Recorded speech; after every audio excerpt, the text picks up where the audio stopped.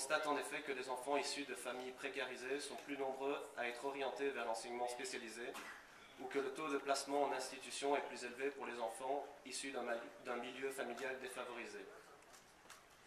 Un soutien spécifique doit donc leur être fourni. L'âge de l'enfance est une période de croissance et de formation, et l'enfant ne devrait pas être contraint de travailler pour vivre ou survivre. Le travail des enfants devrait donc être interdit.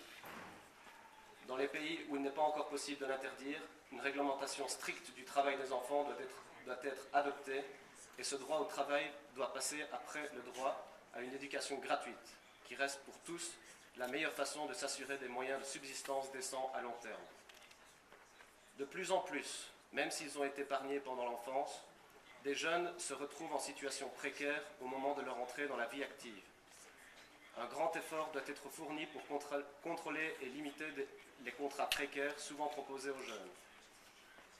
Dans ces temps de crise, où il est difficile de trouver un emploi, un effort plus grand doit être consenti pour faire disparaître les discriminations à l'embauche, qu'elles soient basées sur l'âge, le sexe, la religion, la nationalité, l'origine ethnique ou l'orientation sexuelle.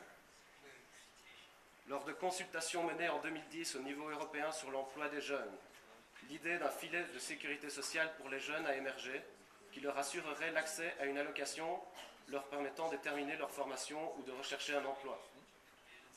Nous soumettons cette idée à vos débats.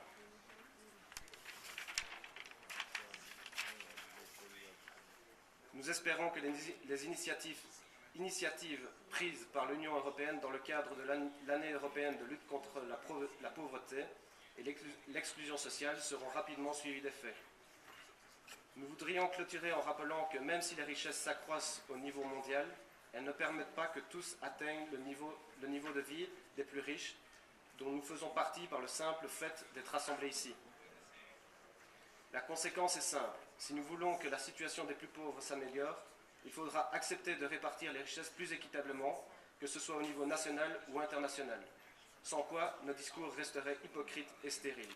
Madame la Présidente, chers délégués, nous vous remercions de votre attention.